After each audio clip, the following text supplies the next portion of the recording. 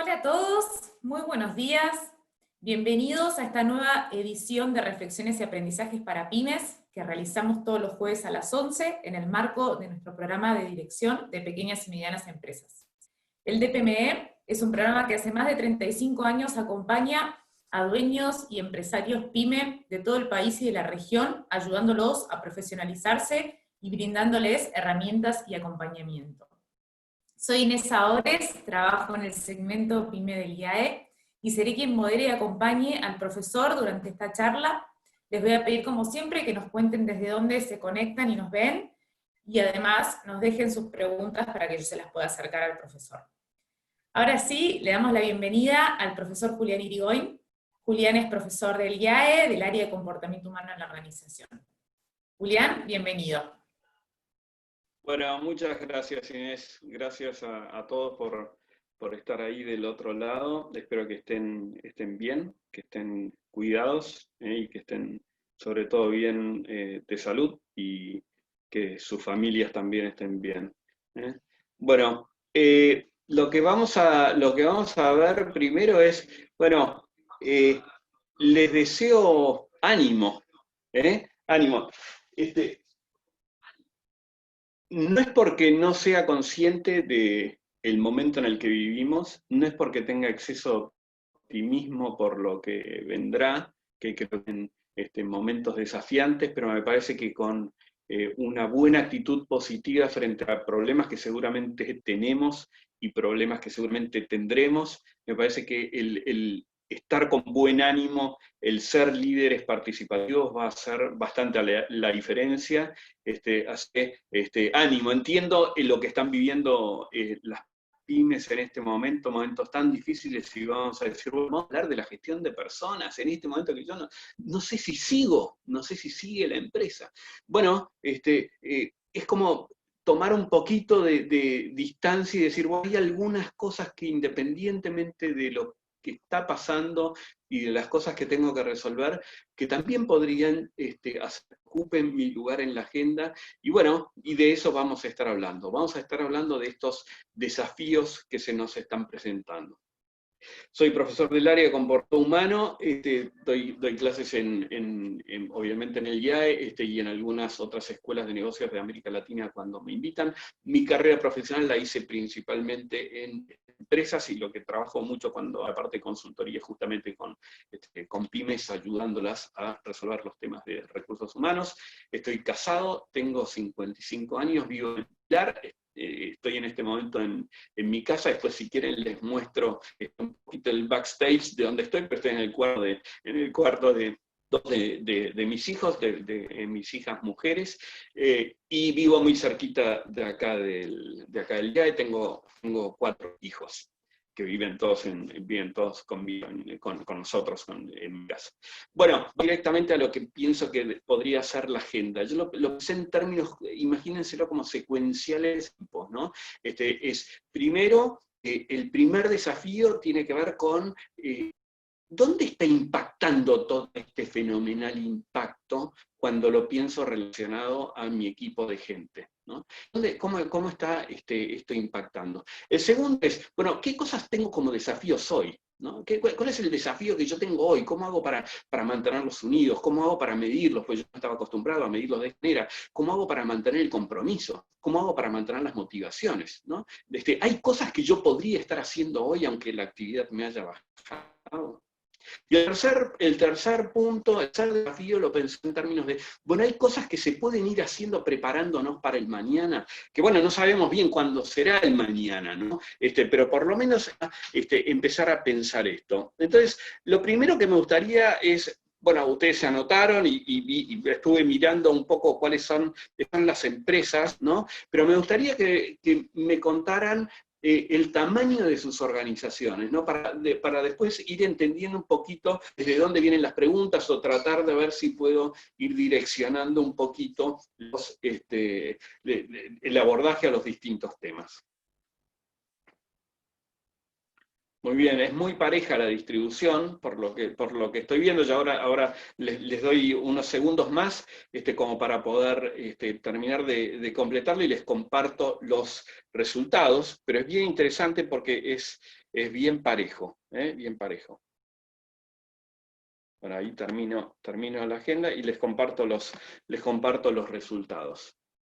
Así que, bueno, como ven, bastante parejo, entre 50 y 10 es el que es un poquito más, así que vamos a focalizarnos un poco más en ese segmento. ¿Está? Muy bien. Entonces, dicho esto, yo lo que quisiera es abordar ya el primero de los puntos, ¿no? Estamos en un momento donde, yo no sé si les pasa, pero yo me levanto a la mañana a veces y digo, pero ¿qué es este disparate que estoy viviendo?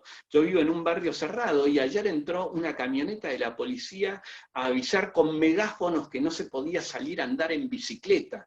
Y me acordaba de las películas cuando muestran en Berlín los camiones hablando con megáfonos, y te dicen, pero esta es una película, ¿dónde estamos?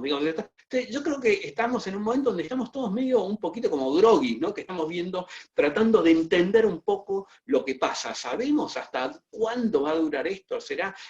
¿Durará muchísimo más de lo que nos imaginamos o no? ¿Qué debería ser? ¿No? Entonces me parece que es un momento en el que vale la pena ir tratando de ver cuál es el verdadero diagnóstico. Y me parece que ese es el primer desafío. El primer desafío es hacer un buen diagnóstico de dónde estamos parados. Y ahora ya me empiezo a referir exclusivamente a cuando hablamos de la gestión de personas. ¿Qué está pasando hoy con mi gente? ¿Cuál es mi diagnóstico? ¿Qué es lo que va a pasar? Es tratar de entender mejor la situación en la que estamos viviendo.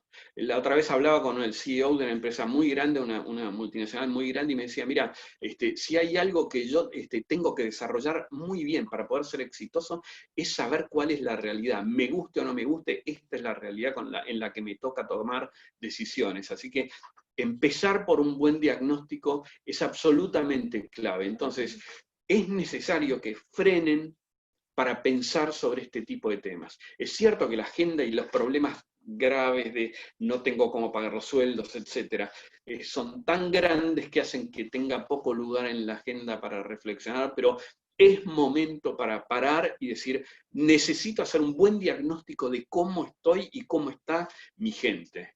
Entonces, tengo que tratar de entender, como si fuera en una línea de tiempo, en qué momento yo estoy. ¿En qué momento estoy? ¿Estoy en el momento en plena revolcada de la ola? ¿Estoy en un momento donde veo que la ola viene? ¿En qué momento estoy? Digamos, ¿no? Siento que ya pasó lo peor y ya ahora lo que tengo que hacer es esto, control de daños.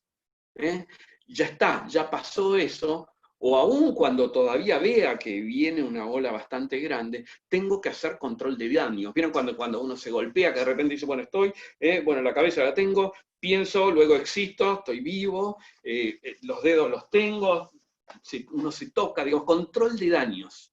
¿Qué es lo que pasó acá? Entonces tratar de entender un poco mejor toda la situación y hacer un buen control de daños para saber cuál es mi verdadera realidad en términos de cómo está la gente, ¿no? ¿Cómo está la gente? ¿Qué voy a tener que hacer con la gente? Empezar a hacer muy bien el diagnóstico bien diferenciado. Entonces, ahora, vamos a algo práctico. ¿Cómo lo hago? ¿Cómo lo hago? Digo, ¿cómo hago el diagnóstico? El primer punto es, y esto traten de acordárselo, la gestión de personas requiere foco.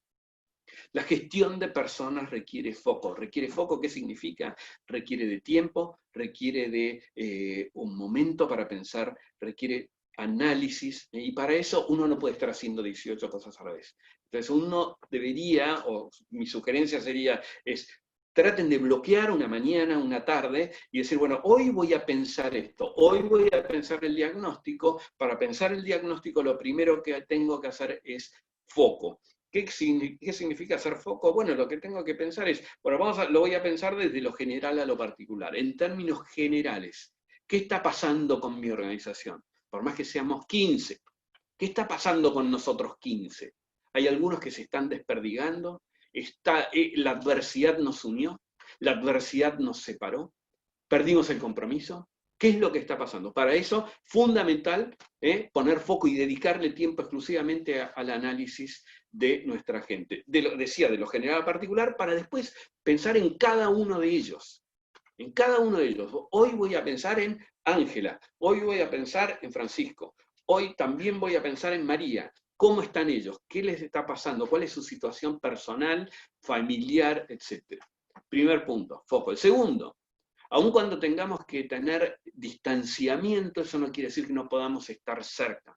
Y es fundamental en estos momentos estar cerca. No solamente es fundamental, sino que también a la vez es una gigantesca oportunidad. Pero estén cerca de la gente. Estos son buenos momentos para tener liderazgos sumamente activos. Sumamente activos. Así que traten de estar cerca, por más que no puedan verlos. Estén interesados en lo que les está pasando, porque los mismos, distintos, quizás no los mismos, pero a nivel en términos de grados de preocupaciones, probablemente tengan preocupaciones altísimas como tenemos todos los que estamos pisando este planeta en estos días, ¿no? Tercer punto sobre el cómo.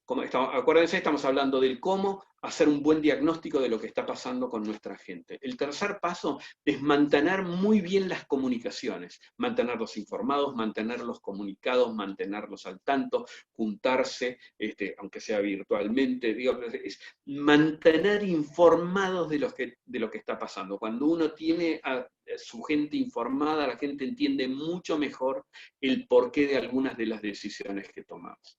El cuarto punto es hacerse buenas preguntas. ¿Cómo están con mi organización? ¿Cómo están conmigo? ¿Cómo creen que yo estoy liderando la pandemia? ¿Cómo están ellos en lo personal? Hacerse un buen listado de preguntas y tratar de contestarlas. A nivel general, ¿cómo están ellos en términos de equipo? Y a nivel individual, cómo está cada uno de ellos. Y por último, lo que sí hay que hacer es tener un buen análisis, ¿no? Hacer después de toda esa información, muy buen análisis. Muy buen análisis. No sé si espero que esté llegando bien, pues me parece cada tanto un cartillo que la conexión puede no estar muy bien, debe ser porque los chicos están en clase con Zoom.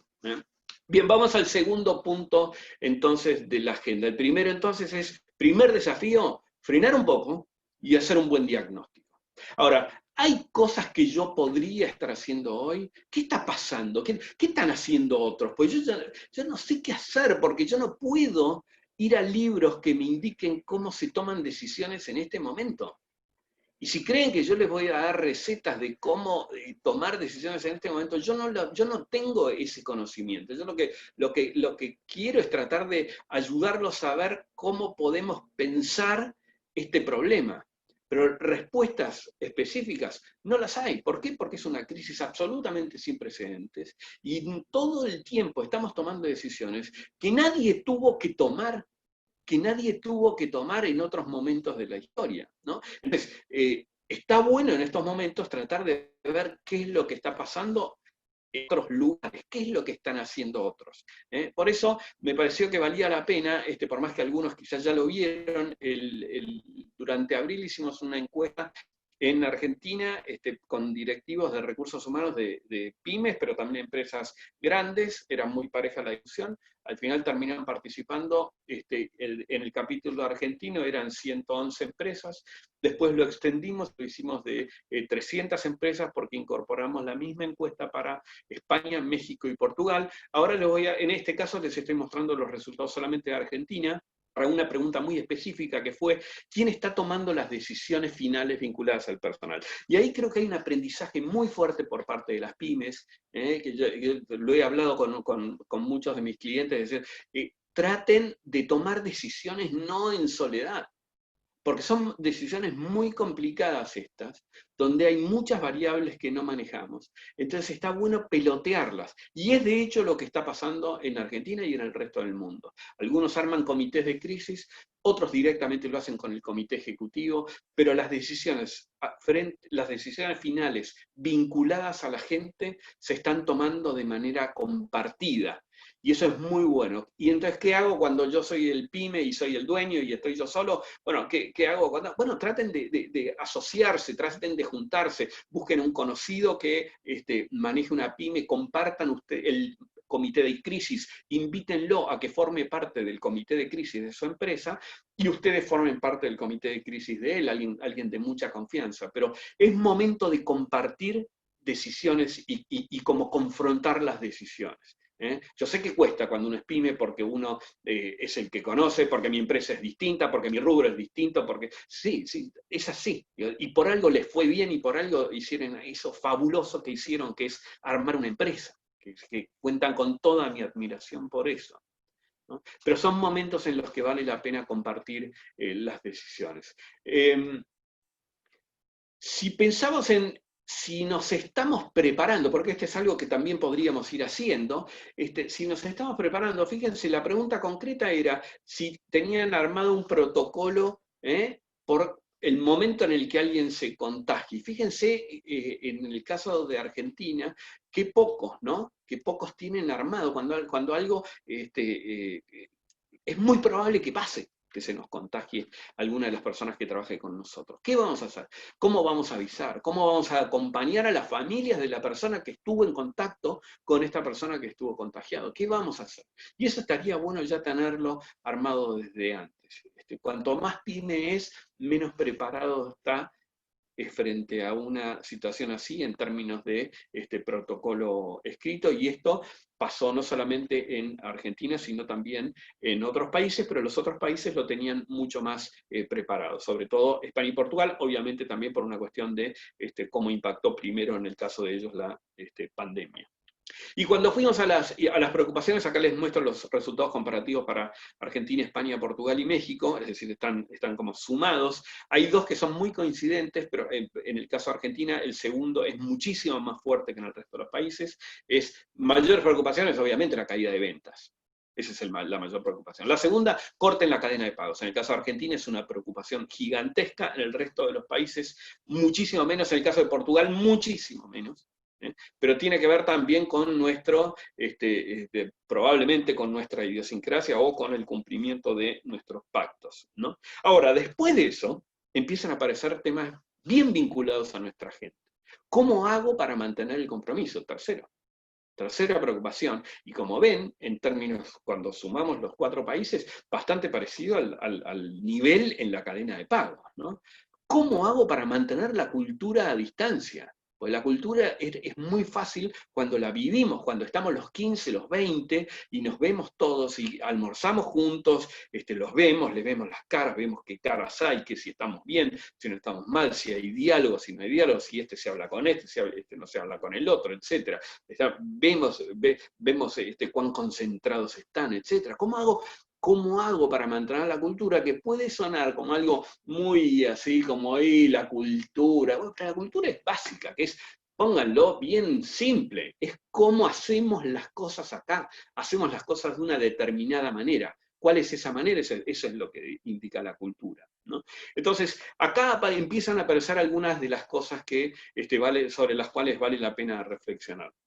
Ahora, empiezan a aparecer en nuestra gestión de personas, empiezan a aparecer cosas nuevas, que en realidad son como una especie de mutaciones de lo que yo venía haciendo, pero que los tengo que hacer de una manera distinta. El primero es ¿no? ¿Cómo gestiono la cultura a la distancia? ¿Y cómo puedo gestionarla? Bueno, una de las cosas que puedo hacer para mantener eso es mantener efectivamente lo más posible, aunque sea virtualmente, poder mantener ese espíritu, esa cultura y hablarlo.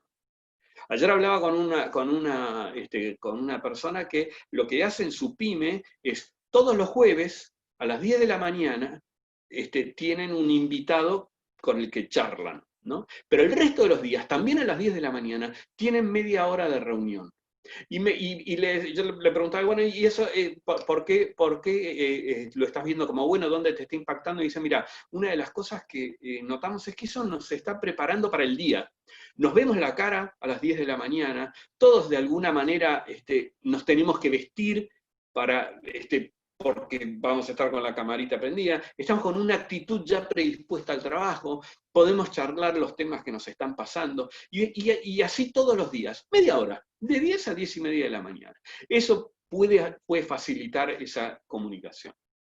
¿Cómo hago para delegar y cómo hago para controlar a distancia? Con el profesor Mariano Mileo tenemos un programa focalizado que ya lo dimos en varios países y que también lo damos en el IAE, que se llama Delegar sin perder el control, y que hablamos específicamente del tema de delegación. Ahora hay un capítulo adicional que es ¿cómo hago para delegar y controlar a distancia? ¿No? Empieza a aparecer esa nueva habilidad que yo quizás no tenía tanto, que es, en vez de estar midiendo a la persona que está acá, digamos, y que digo, bueno, yo sé que está trabajando de 9 a 18, bueno, ahora quizás está trabajando la misma cantidad de horas, pero a las 2 de la mañana, no lo sé. Entonces, tengo que empezar a pensar algunas herramientas que tienen que ver con un modo de fijar objetivos y controlar distinto.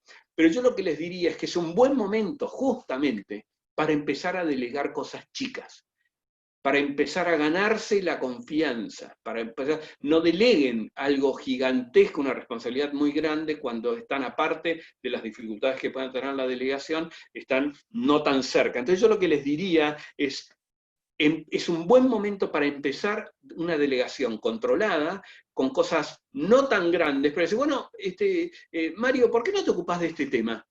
Que me estaba ocupando yo, pero yo creo que vos ahora, que desde tu casa, fíjate si no lo puedes hacer, avísame cualquier cosa que puedas estar necesitando, tenés el canal de comunicación totalmente abierto conmigo, encárgate de este tema. Así que delegación, empezando por cosas más simples, si todavía no lo hemos hecho.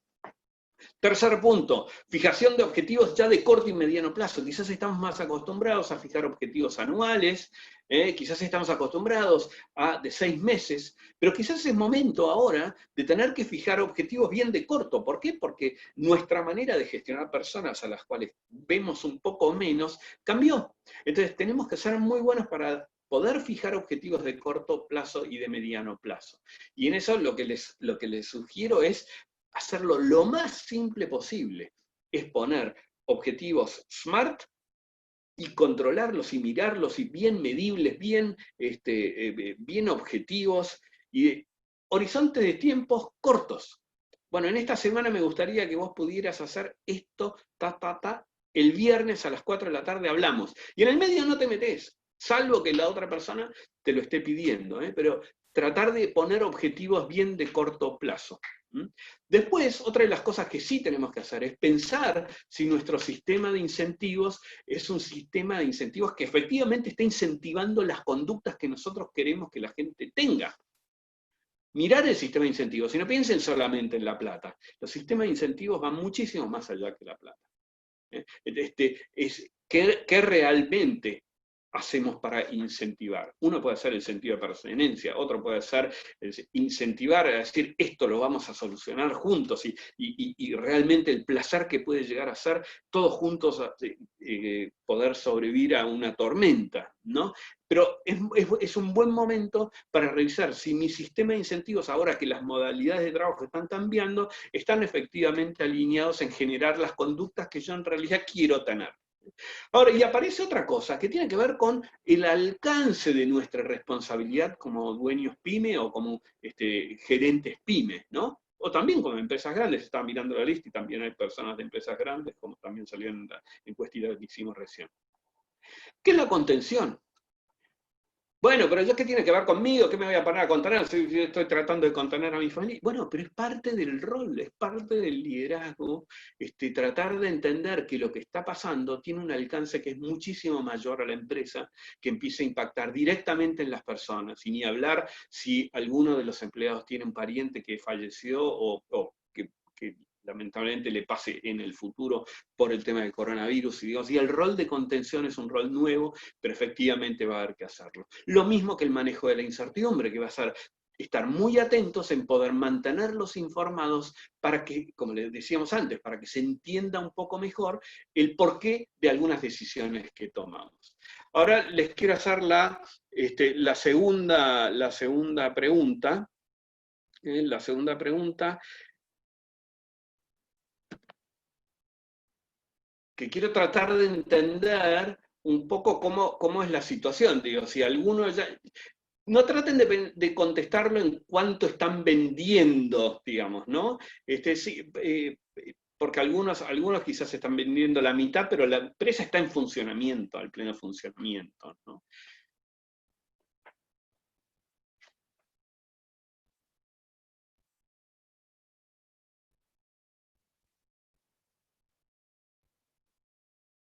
Bueno, muy bien. Acá, por suerte, hay un porcentaje mayoritario, a que todos o la gran mayoría están trabajando. Ahora ahí les voy a compartir los resultados. Pero fíjense, tener a solamente algunos de los empleados trabajando, ahí tenemos 17%, y hay un 6% que no tiene a nadie trabajando, que están cerrados. Están cerrados. Es durísimo. La verdad que es una realidad complicada y que obviamente esto nos toca a todos. Digamos, yo en los últimos 2 meses prácticamente no tuve ingresos. Y bueno, y es la para, por suerte, me fue bien en la vida y en mi carrera directiva, pero las cosas están complicadas para muchísima gente, ¿no? Entonces, por eso me parece que viene bien aprovechar este momento para reflexionarlo. Y fíjense, este es un famosísimo, que lamentablemente no tengo de quién es para darle el crédito de este dibujo que es excepcional, que básicamente lo que dicen los de arriba es qué suerte que el agujero no está de nuestro lado, ¿no? Y creo que la comunicación en estos momentos es fundamental a los empleados, digamos, y para que entiendan que estamos efectivamente en el mismo bote, ¿no? Y que si nosotros llegamos a tener que tomar la decisión de reducir los sueldos es porque esto es lo que nos permite a todos salvarnos. Ahora, al mismo tiempo, cuando el bote está planeando, también estamos todos en el mismo bote, ¿no? No acordarnos que estamos solamente en el mismo bote cuando las cosas están complicadas. Pero yo creo que es un buen momento para mantener muy informada a la gente de lo que está pasando, para que sea claro el mensaje de lo que nos pase a todos, lo que nos pasa a todos, ¿no? Y después, esto vuelvo a la encuesta, en este caso también es los resultados exclusivamente de Argentina. Y fíjense, la pregunta era muy sencilla, era cómo se siente, y fíjense, preocupado un 50%, y si lo comparamos con el esperanzado, digamos, hay como más preocupación de lo que a uno le gustaría. Pero bueno, es como nos estamos sintiendo. El tercer capítulo, y lo paso bastante rápido para dar paso a las preguntas, porque de repente estoy hablando de cosas que no estoy viendo el chat, pero quizás estoy hablando de cosas que no les resultan interesantes, así que vamos a darle espacio después de esto a las preguntas. Pero el tercer capítulo que había pensado es, bueno, ¿y cómo hago para prepararme para mañana? ¿Cómo hago? ¿Puedo estar aprovechando, para aparte de hacer un buen diagnóstico, aparte de gestionar algunas cosas hoy, hay cosas que yo podría estar pensando para mañana? Bueno, efectivamente, una de las cosas que vemos es si esto nos está dejando aprendizaje. Si claramente cuando preguntamos si efectivamente esto está generando un aprendizaje, lo que nos dicen es el mayor aprendizaje es en términos del home office. ¿Por qué? Bueno, porque el home office empezó a obligarnos, estamos frente a una especie de laboratorio obligatorio, un laboratorio obligatorio que hizo que tengamos que probar si el home office funciona o no funciona. Después hay otros aprendizajes, ¿no? Como sobre el manejo de crisis, sobre la importancia de la flexibilidad, cómo gestionar personas y equipos, etc. Pero lo que nos manifiestan los directivos es que hay un gigantesco aprendizaje que tiene que ver con el home office. Para muestra de esto, fíjense que antes del coronavirus, el 65% de las empresas en Argentina no tenían a nadie haciendo home office, a nadie, y así que por lo tanto no tenían experiencias no solamente en gestionar el home office, no tenían experiencia en si le tengo que pagar internet de la casa o no, si tienen notebook, de dónde las saco para comprarlas, etc. Pero fíjense lo que pasó rápidamente. De todos ellos, ahora más del 40% tienen a más de la mitad, si no a todos, trabajando en sus casas. Es decir, que hubo un brutal aprendizaje a los golpes, diría, ¿no? Pero un brutal aprendizaje que tiene que ver con el home office. Ahora,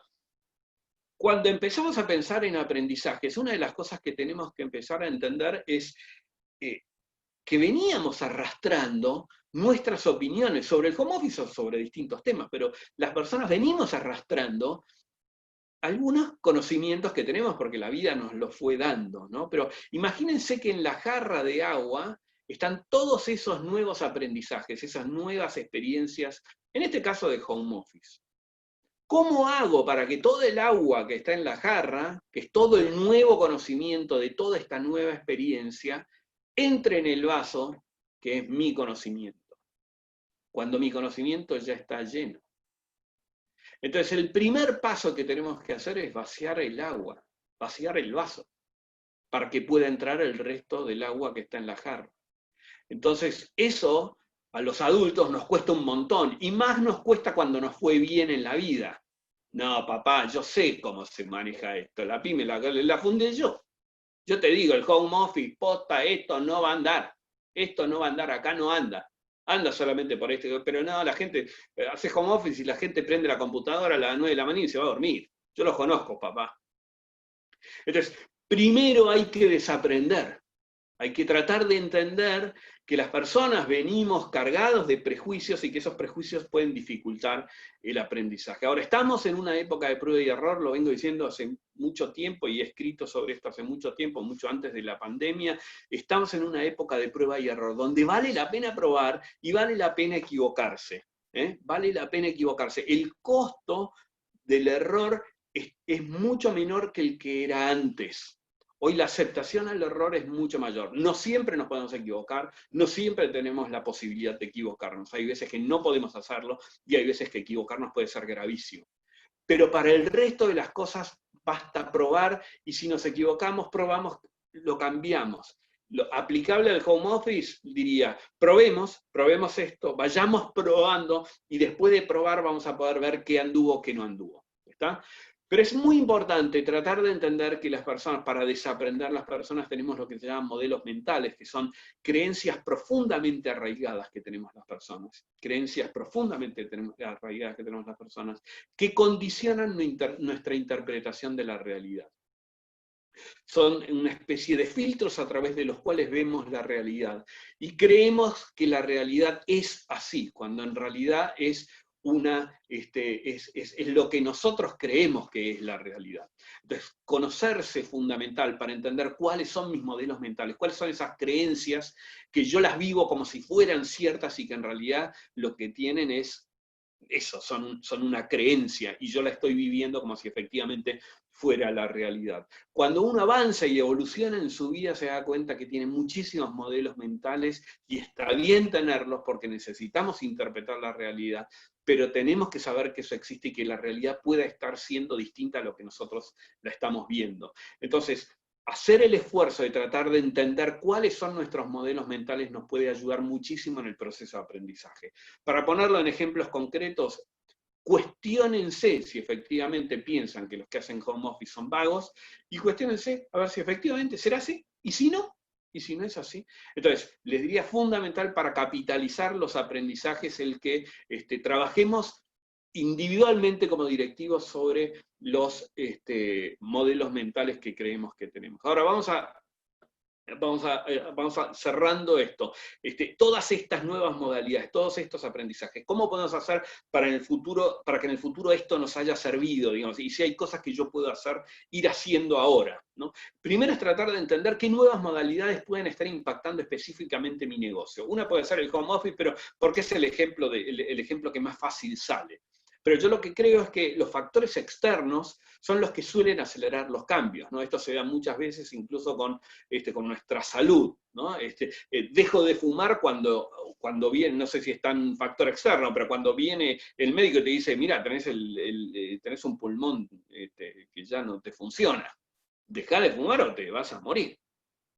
Y entonces eso hace que vos de repente recapacites. En este caso fue bestial, digamos, este aprendizaje, porque fue bien externo, ¿no? Pero lo cierto es que hace que nosotros estemos probando nuevas modalidades de trabajo. Ahora, aprovechemos esto para ver si la modalidad de trabajo no es solamente el home office, sino que esto quizás hace que tengamos que repensar nuestra forma de organizarnos. Quizás no es tan piramidal, quizás es con células, quizás con equipos más, con más autonomía. Tratar de ver si esto no implica también cambios organizacionales. El segundo punto es ver si ahora que tuve que trabajar con lo mínimo, porque quizás tuve que trabajar con muchos menos empleados, si no tengo que efectivamente redefinir mi estructura y mi organización. Otras de las modalidades, ¿vale la pena que todos mis empleados sean full time? ¿Realmente vale la pena? O quizás me conviene no tener tantos empleados full time, me conviene tener como contratados por menos tiempo. ¿Es por una cuestión de limitante geográfica? ¿Tengo que limitarme solamente a los que están cerca del pueblo? ¿O puedo empezar a contratar gente de otra provincia y que trabajen a distancia?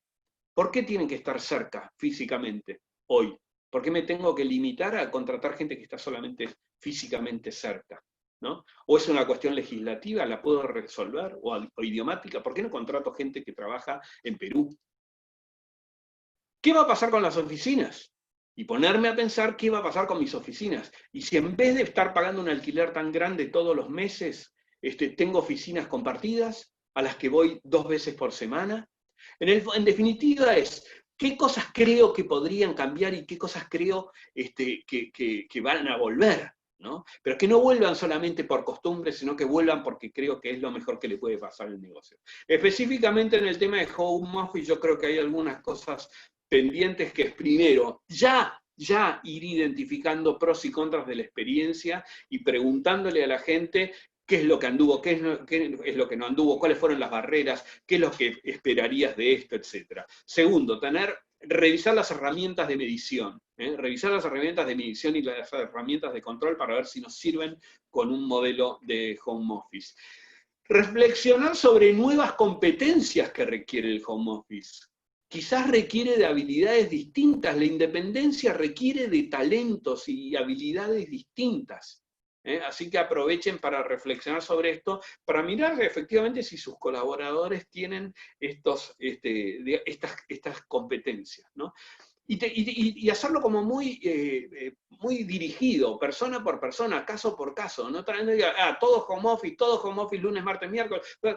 Traten de ver si efectivamente la misma solución aplica a todos, sobre todo cuando uno está en una pyme. Ahora, ¿oficina para qué? Digamos, no, pero nos tenemos que ver. Bueno, si nos tenemos que ver, quizás no es toda la semana, y cuando nos veamos, garanticémonos que estamos aprovechando ese tiempo para darle sentido el haber ido ese día a la oficina, porque si la oficina es para vernos las caras, organizarnos para poder hacer actividades que signifiquen vernos las caras. Ya estamos pensando en el layout, ya estamos pensando en los espacios que debería haber entre uno y otro. 2 minutos y terminamos en menos 20, así arrancamos con las preguntas.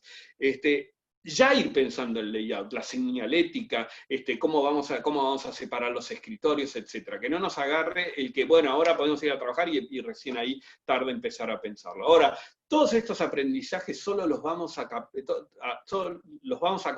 capitalizar solo si lo hacemos profesionalmente, si le dedicamos tiempo a hacer un buen análisis de lo que pasó, a hacer escenarios y a ir decidiendo previamente. Que no nos pase que aparezca lo que sabíamos que iba a aparecer, que venga lo que sabíamos que iba a venir. Lo que va a venir vendrá, va a venir. Entonces, tratemos de pararnos en el futuro y decir, bueno, no quiero llegar a estar en marzo del 2021, mirar para atrás y decir, y la verdad, yo tendría que haber hecho esto. Esto a nivel personal y a nivel laboral. Esto piénsenlo ahora. Párense en el futuro y miren, hagan ejercicio como si miraran para atrás y dicen, ¿qué me hubiera gustado haber hecho si yo hubiera tenido todo este tiempo para prepararme y analizar? Estos son los 3 desafíos que pensé que quizás podrían ayudarlos en las tomas de decisiones, y me acordaba, y por eso puse una foto de uno de los mejores fotógrafos que conozco, que es Jorge Casenave, que tiene que ver con la experiencia de los sobrevivientes de los Andes en la década del 70, cuando están subiendo a la primer gran montaña, y ellos esperaban ver que esto ya terminaba. Y cuando llegan, Fernando Parrado le dice a Roberto Canessa, que estaba un poquito más abajo, le dice, dale, vení. Y él, ¿qué ves? Le dice Canessa, ¿no? Vení, lo tenés que ver. Y cuando llegó a la cima, los dos vieron esto, vieron que estaba toda la cordillera por delante. Y en ese momento tomaron una decisión que ellos catalogan como fundamental, que fue, si nos vamos a morir caminando. Y esa actitud positiva es la que efectivamente los salvó. Es ser realistas y decir, esto es a lo que nos enfrentamos a momentos complicados, pero vamos a encararlo y vamos a encararlos con buena actitud. Así que reitero lo de que les mando mucho ánimo, les deseo muchísima suerte en todo lo que emprendan y sobre todo que se cuiden mucho. Y aquellos que conducen, les pido que por favor no escriban ni lean mensajes mientras lo hacen porque seguro pueden esperar. Bueno, muchas gracias y quedo abierto a preguntas.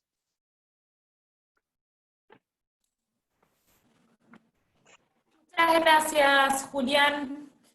Bueno, te cuento que hay más de 200 personas conectadas y que están todos haciendo varias preguntas.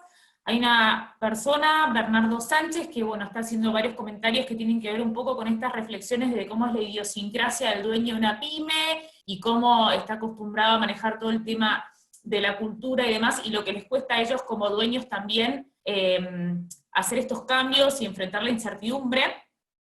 También interactúan bastante en el chat entre ellos mismos y se comentan, y voy a ir a preguntas herramientales, puntuales, que tenés que me parecen interesantes, en donde te piden cómo medir indicadores, ejemplos de herramientas de medición sobre el home office. Hay varias preguntas que van a esa puntual. Muy bien, yo ahí lo que les diría es que, muy simples, nada complicado, que agarren un Excel y pongan objetivos que describan cómo lo voy a medir y que le pongan un peso relativo. Nada más. Es, ¿qué es lo que yo espero de vos? Y poner 3 o 4 ejemplos en esa columna, 3 o 4 ejemplos. Así, nada más la columna. ¿eh? ¿Qué es lo que yo espero de vos? Y hablarlo. Decir, mira, a mí me gustaría que en esta semana vos estés trabajando con este tema.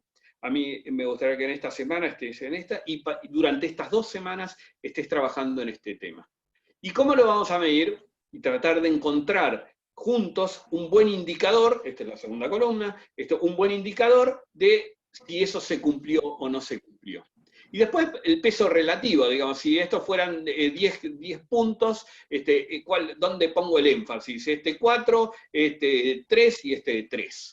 Así de simple, empiecen por lo simple. Es una charla. No importa la herramienta física, lo que importa es que la otra persona entienda lo que vos esperás de ella y cómo lo vas a medir y acordarlo. Entonces, es mucho más una charla que una herramienta. Si quieren, hagan esas 3 columnas, pero cumplan eso. Siéntense y hablen de objetivos bien concretos. Y si no se les ocurre nada, pregúntenle a la persona, ¿qué te parece que vos deberías estar trabajando en estas 2 semanas? ¿Dónde deberías estar poniendo el foco? ¿Cómo te parece que yo te debería medir? Y bueno, ¿y qué peso relativo le damos a esto? Si fueran 10 puntos, ¿cuánto lo ponen? Así de simple, así de simple. Gracias, Julián. Acá te agradecen mucho. Están todos muy contentos, interactuando bastante. Y voy a la siguiente pregunta, que tiene que ver con que hay varios que te piden más tips acerca de los sistemas de incentivos no monetarios para esta nueva etapa. Sí, ahí no es tan fácil pensarlos en momentos en los cuales uno tiene restricciones, obviamente tiene restricciones de caja, y cuando tiene no solamente restricciones de caja, sino restricciones económicas como consecuencia de la caída de ventas. Entonces, yo lo que les diría es que va a ser todo mucho más emocional que lo material, porque estamos hablando entonces de incentivos que no tienen que ver específicamente con lo económico. Y ahí yo les diría, es clave entender cómo nos movemos las personas, y las personas por supuesto nos movemos por por cosas externas. Por supuesto que nos movemos por cosas externas, nos movemos por la plata, nos movemos porque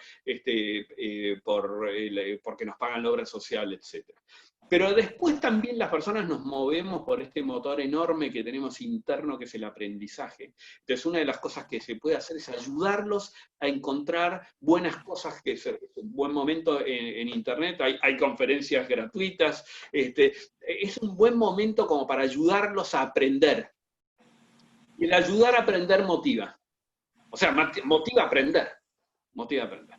Y el tercer punto, que son las motivaciones más fuertes que tenemos las personas, que tienen que ver con sentirnos amados, sentirnos queridos. Queremos ser visibles. Las personas queremos que nuestra vida tenga sentido. Entonces, el ayudar a las personas a ser parte de un proyecto, estar cerca de ellos y contarles, mantenerlos informados, charlar con ellos para entender lo que les pasa, todo eso no tiene precio y tampoco tiene mucho costo, ¿no? Entonces yo les diría que trabajar todo el tiempo sobre esas tres motivaciones que tenemos las personas, las externas, las internas y también las trascendentes, porque las motivaciones trascendentes, es decir, las que nos trascienden, son las más fuertes, son las que nos hacen hacer cosas no por nosotros, sino por otros. Por ejemplo, cuando hacemos cosas por nuestra familia, o cuando hacemos cosas por nuestro país, o cuando hacemos cosas por nuestra empresa. Esas motivaciones son muy fuertes, son muy fuertes. Y son buenos momentos para desarrollar como líderes lo que se llama la virtud, que tiene que ver con no necesariamente hacer las cosas que nos gustan, sino son las cosas que tenemos que hacer. Muchas veces son tragos amargos esos, pero hay que hacerlos. Y la satisfacción después es enorme, por más que no haya sido placentero hacerlo. Pero es lo que debíamos hacer. Las cosas difíciles requieren de motivaciones fuertes. Entonces, entender esto puede ayudarlos a estar cerca y a generar sistemas de incentivos que no tienen nada que ver con lo externo, que por supuesto lo externo en algunos momentos claramente ayuda. Gracias, Julián.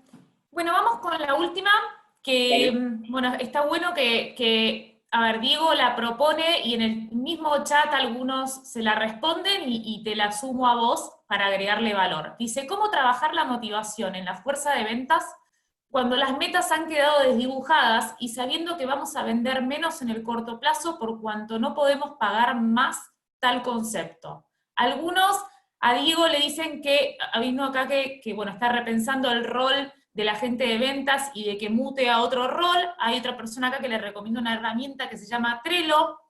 Y bueno, capaz vos desde tu área, Julián, podés agregarles alguna idea más. Sí, yo lo que les diría es,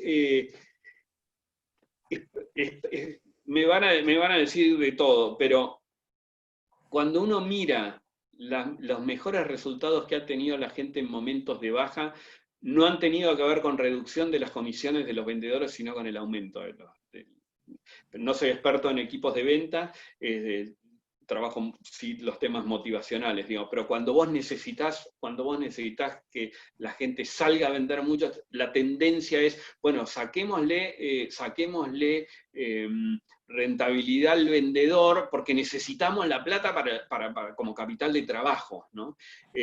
Por supuesto que acá depende, que cada empresa, cada uno de los directivos lo sabe, y cada empresa es un mundo, pero tratar de ver, ¿y qué pasa si lo pienso al revés? En vez de hacer como una especie de suba de impuestos, digamos, porque uno lo que tiende a hacer es algo así como, bueno, tratemos de juntar lo que más podemos.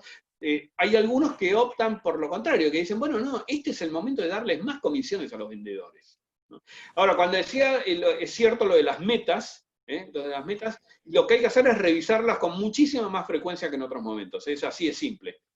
Y hablarlo con los vendedores y decir, mirá, no te ates tanto a esto porque vamos a poner metas de más corto plazo porque el nivel de incertidumbre es tan grande que no vamos a poder poner las metas de todo el trimestre o todo el cuatrimestre. Entonces hablemos de metas un poco más cortas, y bueno, y quizás dentro de un mes tenemos que revisarla en un 90%, ¿no?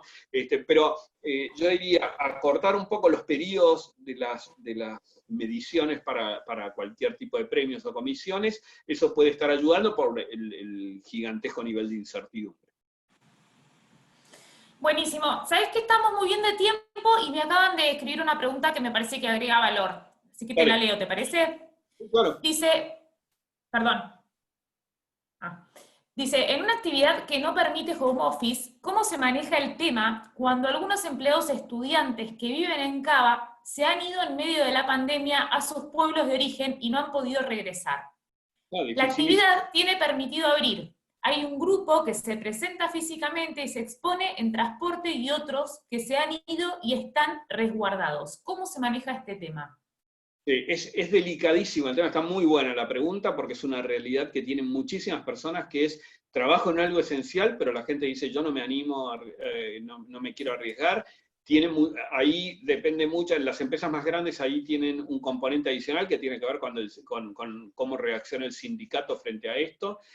Yo lo que diría es, son momentos en los cuales hay que hacer una diferencia entre las personas que trabajan y las que no. Simplemente así. Es muy, muy, muy entendible que alguien elija cuidarse y no salir. Muy entendible, muy respetable. Ahora, me parece que las decisiones tienen un costo. Entonces, hay algunas personas que quizás, bueno, entonces, fenómeno, lo entiendo, pero priorizo a las personas que necesito. No es lo mismo trabajar que no trabajar. Y yo creo que es algo que a veces nos cuesta entenderlo, pero no es lo mismo. También es una elección, es una elección muy entendible. Pero creo que las decisiones también tienen algunas consecuencias. Y uno, sabiendo esas consecuencias, elige. Y me parece muy bien elegir cuidarse. Pero no debería ser lo mismo trabajar que no trabajar. Excelente, Julián, muchísimas gracias. Bueno, acá te saludan y te agradecen muchísimo. Bueno, saludos a todos. Vi algunos alumnos ahí en la lista, así que veo que no aprenden nunca. Así que, Sí, sí, tenés muchos, muchos seguidores acá. Así que bueno, Julián, muchas gracias. Saludos a todos. Muchas gracias por acompañarnos hoy nuevamente. Nos vemos el jueves que viene a las 11. bien, Gracias. chao, gracias. Chao, chao.